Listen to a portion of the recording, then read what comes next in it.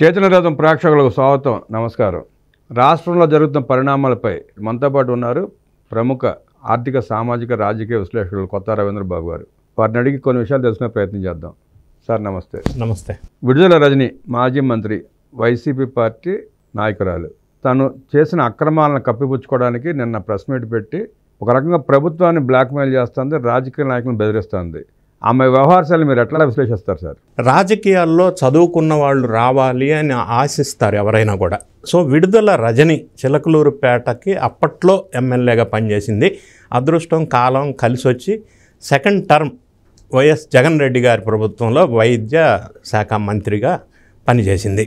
So ఆమెకున్న background ఒకసారి మనం పరిశీలించినట్టయితే software professional ఒకటి, రెండోది తెలంగాణ ప్రాంతానికి సంబంధించిన ఆడబిడ్డ. సరే, ఒక ఓసీ అతన్ని మ్యారేజ్ చేసుకుంది. యుఎస్లో సాఫ్ట్వేర్ కంపెనీస్ బాగా ఎస్టాబ్లిష్ చేసుకొని బాగా ఎదిగిన ఒక కుటుంబ నేపథ్యం ఉంది. సరే, ఆ యుఎస్ నుంచి మళ్ళీ ఇండియాకు వచ్చినప్పుడు యథావిధిగా ఒక ట్రస్ట్ ఏర్పాటు చేసి చిలకలూరుపేట నియోజకవర్గంలో చాలా సేవా కార్యక్రమాలు చేస్తూ రాజకీయ రంగప్రవేశం చేసింది. అప్పట్లో తెలుగుదేశం పార్టీలో పత్తిపాటి పుల్లారావు అప్పట్లో తెలుగుదేశం పార్టీ చిలకలూరుపేట ఎమ్మెల్యేగా ఉన్న సందర్భంలో ఆయన అనుచరులు రాలిగా ఈమె జాయిన్ అయింది తెలుగుదేశం పార్టీలో. సో ఆ విధంగా రాజకీయ రంగప్రవేశం చేసి చారిటబుల్ ట్రస్ట్ ద్వారా సేవా కార్యక్రమాల ద్వారా తెలుగుదేశం పార్టీలోకి వచ్చిన విడుదల రజని సబ్సిక్వెంట్గా ఏమైందంటే వైఎస్ఆర్ కాంగ్రెస్ పార్టీలో జాయిన్ అవటం. అప్పుడు జాయిన్ అయినప్పుడు చాలామంది ఏమనుకున్నారంటే సాఫ్ట్వేర్ ప్రొఫెషనల్ లేదా మంచి ఇండస్ట్రియలిస్ట్ యుఎస్లో అక్కడి నుంచి వచ్చింది కాబట్టి ఏజ్ కూడా తక్కువ ఉంది, మంచిది అనే ఉద్దేశంతో ప్రజలు వైఎస్ఆర్ కాంగ్రెస్ పార్టీలో ఆమెను ఎమ్మెల్యేగా గెలిపించుకున్నారు. ఆ సీట్ ఇచ్చే సందర్భంలో కూడా అప్పట్లో మర్రి రాజశేఖర్ అని చిలకలూరుపేట సంబంధించిన ఒక వ్యక్తికి జగన్ రెడ్డి గారు పబ్లిక్ మీటింగ్లో ఎమ్మెల్సీ చేసి ఫస్ట్ మినిస్టర్ ఇస్తాను అని పబ్లిక్లో ప్రామిస్ చేసింది మర్రి రాజశేఖర్ రెడ్డికి వైఎస్ జగన్ రెడ్డి గారు ఎలక్షన్కి ముందు. తర్వాత ఎలక్షన్ వచ్చింది, విడుదల రజని గెలిచారు. మరి రాజశేఖర్కి ఎమ్మెల్సీ ఇవ్వలేదు, అది వేరే విషయం. ఈ మధ్య గవర్నమెంట్ పడిపోవటానికి కొద్ది రోజుల ముందు ఎమ్మెల్సీ ఇచ్చారు. సరే, విడుదల రజని నేపథ్యం ఇలా ఉన్నప్పుడు రాజకీయాల్లోకి వచ్చి మంత్రి అయిన తర్వాత ఆ ఏజ్లో మంచి పేరు సంపాదించుకొని ఉంటే బాగుండేది. లేదా ఆమె ఇండస్ట్రియలిస్ట్, సాఫ్ట్వేర్ కంపెనీస్ కాబట్టి ఆంధ్ర రాష్ట్రానికి అమెరికా నుంచి పెట్టుబడులు ఎక్కువ తీసుకొస్తుందని ఆశించాము నాబొట్టి వాళ్ళు. కానీ అది చేసి ఉండుంటే బాగుండేది. ఆస్తికి తక్కువ ఏమి లేదు. అయినప్పటికీ ఆమె అధికారంలోకి వచ్చినాక ఎమ్మెల్యే అయినప్పటి నుంచి ఈ దందా పైసల వసూలు కార్యక్రమం భారీగా స్టార్ట్ చేసింది. అవినీతికి బాగా బ్రాండ్ ఇమేజ్గా ఆమె పేరు ప్రఖ్యాతులు పొందింది వైఎస్ఆర్ కాంగ్రెస్ పార్టీలో. అలా అంటే వైఎస్ఆర్ కాంగ్రెస్ పార్టీలో అందరూ అదే అరాచకాలకే, అక్రమాలకే అది ట్రైనింగ్ ఇస్తారనుకుంటా బహుశా. సో అదే విధంగా ఈమె కూడా చేయని అక్రమాలు లేవు, డబ్బులు దందా అందరి దగ్గర వసూలు చేసింది. మరీ ముఖ్యంగా ఈమె చిట్టా ఒక్కసారి ఇప్పుడు బయటికి వెలుగులోకి వచ్చింది ఒక కేసు. అదేంటి, యాంటీ కరప్షన్ బ్యూరో వాళ్ళు కేసు బుక్ చేశారు. అక్కడ చిలకలూరుపేట నియోజకవర్గంలో ఎడ్లపాడు ఒక చిన్న గ్రామం లేదా చిన్న టౌను, ఆ ఏరియాలో Shri Lakshmi Balaji stone crushing units ఒకటి ఉంది. ఆ స్టోన్ క్రషింగ్ యూనిట్ పెట్టుకున్న చలపతిరావు, శ్రీనివాసరావు ఓనర్సు. వాళ్ళిద్దరూ కరడగట్టిన తెలుగుదేశం పార్టీ అభిమానులు. వాళ్ళకి విడుదల రజని ఎమ్మెల్యే అయిన తర్వాత వీళ్ళిద్దరికి ఎక్కడ వివాదం వచ్చిందంటే, రెండు పార్టీ వ్యతిరేకమైన వ్యక్తులు. సో వీళ్ళు శ్రీ బాలాజీ, లక్ష్మీ బాలాజీ స్టోన్ క్రషర్స్ వాళ్ళు అప్పట్లో ఆ ఏరియాలో బాగా ఆరాధించే ఒక వ్యక్తి కోడెల శివప్రసాద్, మాజీ స్పీకర్ ఆంధ్రప్రదేశ్ రాష్ట్రంలో పనిచేశారు. ఆయనకు అభిమానులు ఆ ఏరియాలో ఎక్కువ ఉంటారు. కాబట్టి కోడెల శివప్రసాద్ విగ్రహం పెట్టాలి చిలకలూరుపేట సెంటర్లో అని వాళ్ళు ప్రయత్నం చేసినప్పుడు విడుదల రజని అడ్డుకొని దాన్ని ఆపేసినప్పుడు వీళ్ళు ఏం చేశారంటే, అప్పుడు పరిస్థితి వైఎస్ఆర్ కాంగ్రెస్ పార్టీ ప్రభుత్వంలో ఉంది కాబట్టి ఆ స్టోన్ క్రషర్ యాజమాన్య శ్రీనివాసరావు వాళ్ళ ఇంట్లో పెట్టుకున్నాడు కోడెల శివప్రసాద్ విగ్రహం. అక్కడి నుంచి విడుదల రజనీకి స్టోన్ క్రషర్ యాజమాన్యానికి మొత్తం కొంత విభేదాలు జరుగుతూ ఉన్న నేపథ్యం ఉంది, బ్యాక్గ్రౌండ్. ఈ విధంగా ఉన్నప్పుడు ఆ స్టోన్ క్రషర్ దగ్గరికి ఒకసారి విడుదల రజని పిఏతో పాటు వెళ్ళి ఇన్స్పెక్షన్ జస్ట్ ఒకసారి చూసేసి వచ్చింది. వచ్చిన తర్వాత ఏం చేసింది, పైసలు డిమాండ్ చేసింది. 5 కోట్లు ఇవ్వమని అడిగింది. వాళ్ళు ఇవ్వనా అన్నారు. ఎందుకంటే లీగల్గా అన్నీ ఉన్నప్పుడు 5 కోట్లు ఎందుకు ఇవ్వాలని వాళ్ళ ఉద్దేశం అయ్యి ఉండొచ్చు, తప్పేం లేదు. ఈమె ఆలోచన ఏంటంటే, ఎవరైనా సరే అది స్టోన్ క్రషర్ కాదు, ఇంకొకరు కాదు, ప్రతి ఒక్కరి దగ్గర డబ్బులు తీసుకోవాలా, ఇది ఈమె ఫిలాసఫీ.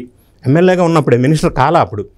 సరే, ప్రెజర్ చేసినప్పుడు వాళ్ళు ఇవ్వనప్పుడు ఏం చేసింది, అప్పట్లో ఐపీఎస్ ఆఫీసర్ జాషువా విజిలెన్స్లో ఉండే, ఆయన్ని ఇబ్బంది పెట్టి ఆయన్ని విజిలెన్స్ ఇన్స్పెక్షన్ చేసి వాళ్ళని బెదిరించి పైసలు వసూలు చేయమని చెప్పింది. ఆయన కొంత వెనకాడాడు.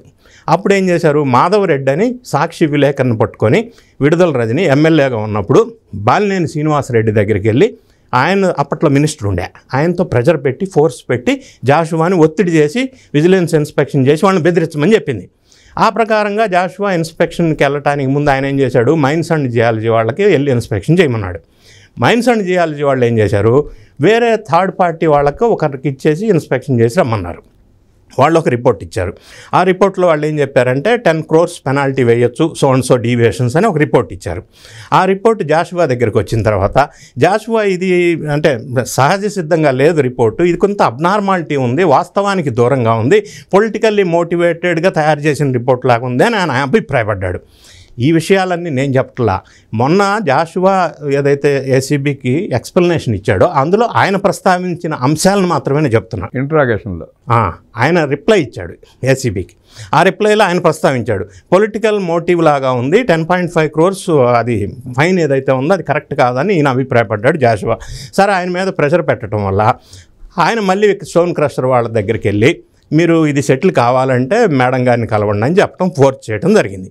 సరే, వాళ్ళు ఈ బాధ తట్టుకోలేక రజనీ అప్పట్లో ఎమ్మెల్యేగా ఉండే కలిసిన తర్వాత 5 కోట్లు డిమాండ్ చేసింది. 5 కోట్లు డిమాండ్ చేస్తే వాళ్ళు ఇవ్వలేమన్నారు. 2 crores ఆమెకి ఇచ్చారు. 10 lakhs రజనీ గారి మరిది గోపి, 10 lakhs గోపికి, 10 lakhs ఈ జాషువాకి ఐపీఎస్ ఆఫీసర్. ఆయన ఒప్పుకున్నాడండి. అది ఆయన ఒప్పుకొని స్టేట్మెంట్ ఇచ్చాడు.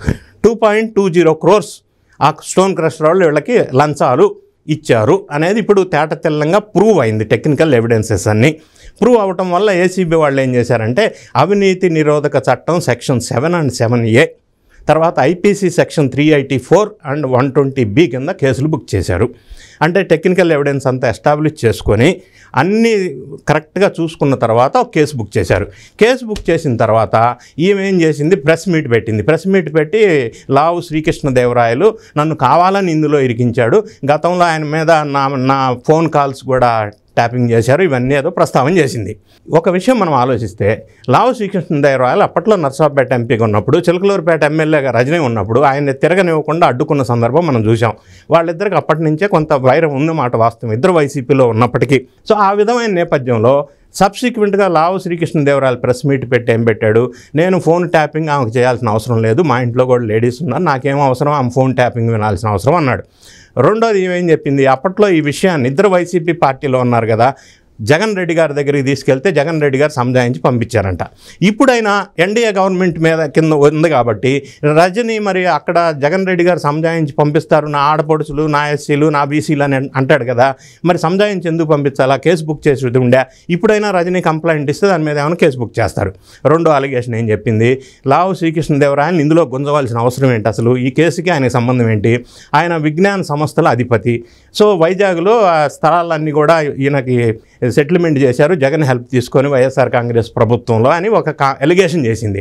దానికి లావు శ్రీకృష్ణదేవరాయలు మళ్ళీ కౌంటర్ ఇచ్చాడు, అది నేను గవర్నమెంట్ దగ్గర తీసుకోలేదు, ఆక్షన్ పెట్టినప్పుడు 2009లో వైఎస్ రాజశేఖర రెడ్డి గారు ఉన్నప్పుడు ఆక్షన్లో పార్టిసిపేట్ చేసి హై రేటుకి నేను ల్యాండ్ కొన్నాను అని క్లారిటీ ఇచ్చాడు. ఇప్పుడు ఏమో స్టార్ట్ చేసింది గేము, లావు శ్రీకృష్ణదేవరాయలు ఆ గేమ్ని క్లోజ్ చేస్తాడు అనే విధంగా మాటలు వీళ్ళిద్దరి మధ్య రచ్చ జరుగుతూ ఉంది. సో ఈమె బ్యాక్గ్రౌండ్ నేపథ్యం ఒక్కసారి మనం చూసినట్టయితే స్టోన్ క్రషర్స్ అనే కాదు, చాలామంది వ్యక్తుల దగ్గర నుంచి అక్రమాలకు పాల్పడింది. ఇది 2.20 crores గురించి మీరు మాట్లాడుతున్నారు. నేనేమంటున్నానంటే ఏ రాష్ట్ర ప్రభుత్వంలోనైనా హయ్యెస్ట్ బడ్జెట్ అలాకేషన్ ఉండేది శాఖలు ఏమంటే విద్య, రెండోది వైద్య ఆరోగ్య శాఖ, 3 ఇరిగేషన్ శాఖ.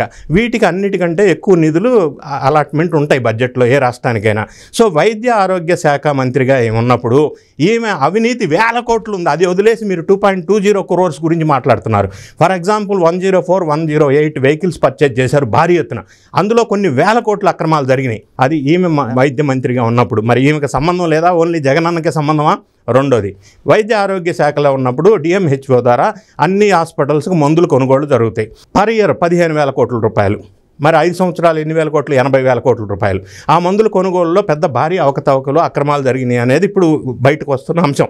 ఎలాగంటే ఎక్స్పైరీ అవడానికి దగ్గరకు వచ్చిన 6 నెలల్లో 3 నెలల్లో ఎక్స్పైరీ అవడానికి సిద్ధంగా ఉన్న మెడిసిన్స్ కొనటం వల్ల వీళ్ళ కమిషన్ ఎక్కువ వస్తుంది. ఆ విధంగా వీళ్ళు కమిషన్ పొంది సంవత్సరానికి 15,000 కోట్ల రూపాయల మందులు కొని ఆ మందుల్లో పెద్ద కుంభకోణం జరిగింది. 104, 108లో lakhs of crores కుంభకోణం జరిగింది. ఎందుకంటే వైద్య ఆరోగ్య శాఖ ఫండ్స్ ఎక్కువ ఉంటాయి కాబట్టి. ఈ విధంగా కుంభకోణాలు పక్కన పెడితే ఈమె అక్రమంగా అందరినీ బెదిరించి డబ్బులు తీసుకున్న విషయాలు మనం ఒక్కసారి ఇప్పుడు వెలుగులోకి వస్తున్నాయి. అదేమంటే మేఘనా బార్ అండ్ రెస్టారెంట్ చిలకలూరుపేటలో వాళ్ళ దగ్గర నుంచి ₹1 కోటి గుంజుకున్న మాట ఇప్పుడు బయటకు వచ్చింది. రెండోది బటర్ఫ్లై అని ఒక రియల్ ఎస్టేట్ సంస్థ నుంచి బెదిరించి ₹1 కోటి తీసుకున్న విషయం వెలుగులోకి వచ్చింది. మూడోది గుంటూరులో ఒక హాస్పిటల్ ఉంటే వాళ్ళని బెదిరించి ₹1 కోటి తీసుకున్న విషయం వెలుగులోకి వచ్చింది. అదే కాకుండా పసమర అని చిలకలూరుపేటకి దగ్గరలో పక్కన ఒక చిన్న టౌను, అందులో జగనన్న కాలనీస్ కోసం ల్యాండ్ సేకరించినప్పుడు వాళ్ళకి 15 లక్షలు అని చెప్పి తీసుకొని గవర్నమెంట్ నుంచి 60 లక్షలు తీసుకున్నారు. ఈ కమిషన్ అంతా ఏమికి తీసుకున్న తర్వాత గవర్నమెంట్ మారిన తర్వాత 1.16 crores మళ్ళీ వాళ్ళు లొల్లి పెడుతుంటే ఈ గవర్నమెంట్ మారింది కాబట్టి పరిస్థితులు బాగలేవు కాబట్టి వాళ్ళకి రీపేమెంట్ ఇచ్చింది. పసుమర్రు గ్రామంలో జగనన్న కాలనీల కింద గుంజుకున్న భూమికి ఈమె తీసుకున్న అక్రమంగా సంపాదించిన 1.16 crores వెనక్కి ఇచ్చింది. అంటే తీసుకుంది కాబట్టి వెనక్కి ఇచ్చింది అంటే అది అక్రమం అని ప్రూవ్ అయింది కదా. అదేవిధంగా పోతం భాషా దగ్గర, ఎంపీపీ శంకర్రావు దగ్గర, ముత్తు వాసు దగ్గర గోల్డ్ శ్రీను అంటే చిలకలూరుపేట మున్సిపల్ చైర్మన్ పదవి ఇస్తానని చెప్పి 7.5 కోట్లు ఆయన దగ్గర తీసుకుంది. మున్సిపల్ చైర్మన్ పదవి ఇస్తానని చెప్పి 7.5 కోట్లు. అంతేకాకుండా మున్నంగే ఒక అతని దగ్గర, అబ్బాస్ ఖాన్ దగ్గర, నాగయ్య దగ్గర, ఇంతేకాకుండా చిలకలూరుపేటలో రాజేష్ నాయుడికి ఒక టికెట్ ఇప్పిస్తానని చెప్పి 6.5 కోట్లు తీసుకుంది.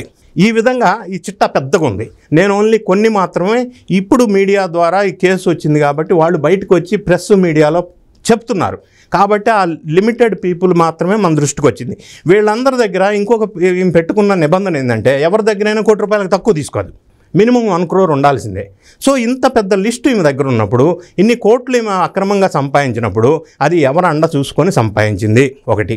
రెండోది మళ్ళీ 30 సంవత్సరాలు మనమే ప్రభుత్వంలో ఉంటామని జగనన్న అష్యూరెన్స్ ఉండటం వల్ల తీసుకుందా? ఇందులో జగనన్న పాత్ర ఏమన్నా ఉందా ఆయన సపోర్ట్ కోసం, లేదా ఆయన కళ్ళల్లో ఆనందం కోసం ఇవన్నీ కలెక్షన్ చేసి అక్రమంగా ఆయనకి ఏమన్నా పంపించిందా? ఇన్ని రకాల అక్రమం చేసిన విడుదల రజని ఈరోజు సంబంధం లేని ఎంపీగా ఉన్నటువంటి లావు శ్రీకృష్ణదేవరాయలు ఈ అంశంలో గుంజటం వల్ల ఆమె ఆమె తీసుకుంది. ఎందుకంటే ఈ నిజాలన్నీ కూడా ఆయన ద్వారా ఇప్పుడు వెలుగులోకి వస్తూ ఉన్నాయి 1 by 1. ఒకటి. రెండోది కేసు పెట్టినప్పుడు ఈమె A1, Jashuva IPS officer A2, వీళ్ళ PA రామకృష్ణ A3, వీళ్ళ మరిది గోపి A4, వీళ్ళ కింద ఇప్పుడు ACB కేసు పెట్టింది. ఈ ఇన్వెస్టిగేషన్ కేసు క్లియర్గా ఎవిడెన్స్తో సహా ఉంది కాబట్టి, ఎస్టాబ్లిష్ అయింది కాబట్టి, అందరూ సాక్షులు ముందుకు వచ్చారు కాబట్టి మిగతా బాధితులు కూడా ఇప్పుడు 1 by 1 బయటకు వస్తూ ఉన్నారు. చిలకలూరుపేట ప్రాంతంలో ఈ మీద ఇంకొక అలిగేషన్ ఏముందంటే కేబుల్ టీవీ మాఫియా ఒకటి మెయింటైన్ చేస్తుందని ఒక అలిగేషన్ ఉంది. అది కూడా ఎస్, అదొక పెద్ద అలిగేషన్ ఆ నియోజకవర్గంలో ఈ మీద ఉంది. కేబుల్ టీవీ మొత్తం ఒక మాఫియా లాగా మొత్తం స్వాధీనం చేసుకొని ఆ ఏరియాలో మెయింటైన్ చేస్తుందని. ఇట్లా చెప్పుకుంటూ పోతే అవినీతి అక్రమాల చిట్ట చాలా పెద్దగా ఉంది విడుదల రజనీది. సో ఇన్ని ఉన్నప్పుడు, కేసు క్లియర్గా ఉన్నప్పుడు ఈ మధ్యకాలంలో 10 రోజుల ముందు ఈ గుంటూరుకు సంబంధించిన ఒక కార్పొరేటర్ని లావు శ్రీకృష్ణదేవరాయల దగ్గరికి పంపించి బేరానికి పంపించి నేను పైసలు వెనక్కి ఇచ్చేస్తాను కేసు క్లోజ్ చేయమని ఎందుకు బేరానికి పంపించింది. ఏం చేయకపోతే ఎందుకు అట్లా పంపించాల్సి వచ్చింది? ఆయన కుదరదన్నాడు కాబట్టి ఈమె ఏదో ప్రెస్ మీట్ పెట్టి ఈమె తవ్వుకుంది. ఇప్పుడు విషయాలన్నీ బయటకు వచ్చినాయి. సో ఈ విధమైన నేపథ్యంలో సెక్షన్స్ కఠినంగా ఉన్నాయి కాబట్టి ఈమెకి ఎట్టి పరిస్థితుల్లో 5 సంవత్సరాలకి తక్కువ కాకుండా శిక్ష పడే అవకాశం ఖచ్చితంగా కనిపిస్తూ ఉంది. సో ఈమె తర్వాత ఇంకా మిగతా వాళ్ళు అవినీతి అక్రమదారులు 1 by 1 లిస్ట్ బయటకు వస్తూ ఉంటుంది. అది చాలామంది ఆన్లైన్ ఉన్నారు, టోకెన్ నెంబర్ వాళ్ళది కూడా వస్తూ ఉంటుంది. సో ఇన్ని అక్రమాలు చేసిన విడుదల రజనీని అరెస్ట్ చేయక ఏం చేస్తారు? ఇంకొక ఆప్షన్ లేదు, అన్నీ ప్రూవ్ అవుతున్నాయి. ACB కేసులు క్లియర్గా ఉన్నాయి, ఎవిడెన్సెస్ అన్నీ. సో ఈమె బాగోతాలన్నీ వెలుగులోనికి రావడం, దీని ద్వారా మిగతా వాళ్ళు కూడా ఇంకా కొన్ని కేసెస్ 1 by 1 వెలుగులోకి వస్తే అందరూ ఇదే పద్ధతిలో జైలుకి వెళ్ళక తప్పదు. నా వ్యక్తిగత జీవితంలోకి లావు శ్రీకృష్ణదేవరాయలు ప్రవేశించడానికి ప్రయత్నం చేసాడు అన్నదాన్ని మీరు ఎట్లా విశ్లేషిస్తారు? ఈమె వ్యక్తిగత జీవితంలోకి లావు శ్రీకృష్ణదేవరాయలు రావాల్సిన అవసరం ఏంటి? ఎందుకు రావాల్సి వచ్చింది? నంబర్ 1. నంబర్ 2 వచ్చినప్పుడు ఈమె కేసు పెట్టిందా? ఎందుకు పెట్టలేదు? నంబర్ 3 ఇప్పుడు కూడా NDA గవర్నమెంట్ ఉంది, కేసు పెడితే వీళ్ళు దాన్ని కూడా ఇన్వెస్టిగేషన్ చేస్తారు. అది నా విశ్లేషణ. అంటే బేస్లెస్ ఎలిగేషన్ చేయొద్దు. ఎలిగేషన్ చేస్తే కేసు పెట్టు, FIR ఫైల్ చేయండి, ఇన్వెస్టిగేషన్ చేయండి. ఇంకొకటి మీరు అన్నాడు లావు శ్రీకృష్ణదేవరాయలు అక్రమంగా వైజాగ్లో విజ్ఞాన్ ఇన్స్టిట్యూషన్స్కి ల్యాండ్ ఏదో జగన్ రెడ్డి గారు సెటిల్ చేశారని అలిగేషన్ చేస్తున్నారు కదా, కేసు పెట్టండి, నిజాలు బయటకు వస్తాయి. ఎందుకు బేస్లెస్ అలిగేషన్ చేయటం? ఇప్పుడైనా కేసు పెట్టవచ్చు కదా. 3 అంశం మీరు మాట్లాడుతున్నారు, కొంతమంది మాట్లాడుతున్నారు ఎప్పుడో 3 years బ్యాక్ జరిగిన సంఘటనకి ఇప్పుడు ఎట్లా కేసు పెడతారని. అప్పట్లో కేసు పెట్టినప్పుడు వాళ్ళు పట్టించుకోలేదు, ఎందుకంటే ప్రభుత్వం అధికారంలో ఉంది. రెండో పాయింట్, కేసు ఇన్సిడెంట్స్ ఎప్పుడైనా సంఘటన అక్రమం ఎప్పుడు జరిగినా కేసు ఎప్పుడులో పెట్టచ్చు ఎప్పుడులో పెట్టకూడదని ఒక సంశయం ఉంది మన వీక్షకులకు కానీ చాలామందికి. ఇప్పుడు ఒక అక్రమం చేసినప్పుడు దానికి పడే శిక్ష 3 సంవత్సరాలు అని అనుకుందాం. సో 3 సంవత్సరాల లోపు కేసు పెట్టచ్చు. ఓకే, ఆ శిక్ష సపోజ్ ఆ సెక్షను 5 సంవత్సరాల వరకు శిక్ష పడే సెక్షను అనుకోండి, 5 సంవత్సరాల లోపు కేసు పెట్టవచ్చు. ఇదే చట్ట ప్రకారం నేను చెప్తున్నా. For example traffic rules violation ఉందనుకోండి, అదేంటి ఫైన్ వేస్తారు అంతే. సో అటువంటి వాటికి 3 సంవత్సరాల తర్వాత 2 సంవత్సరాల తర్వాత కేసు పెట్టడానికి వీలు లేదు. ఈ చట్ట పరిధిలో ఉన్న అంశాలను పరిగణనకు తీసుకొని లీగల్ ఫ్రేమ్వర్క్లో వీళ్ళు కేసు పెట్టారు, ఇందులో ఎక్కడా అక్రమం లేదు, అన్నీ సక్రమమే అనేది మనకు వాస్తవం క్లియర్గా తెలుస్తూ ఉంది. విడుదల రజని కేసుల వెనక ఇది కాదా అంటూ అనేక విషయాలు చెప్పిన రవీంద్ర గారికి ధన్యవాదాలు చెప్తూ నమస్కారం.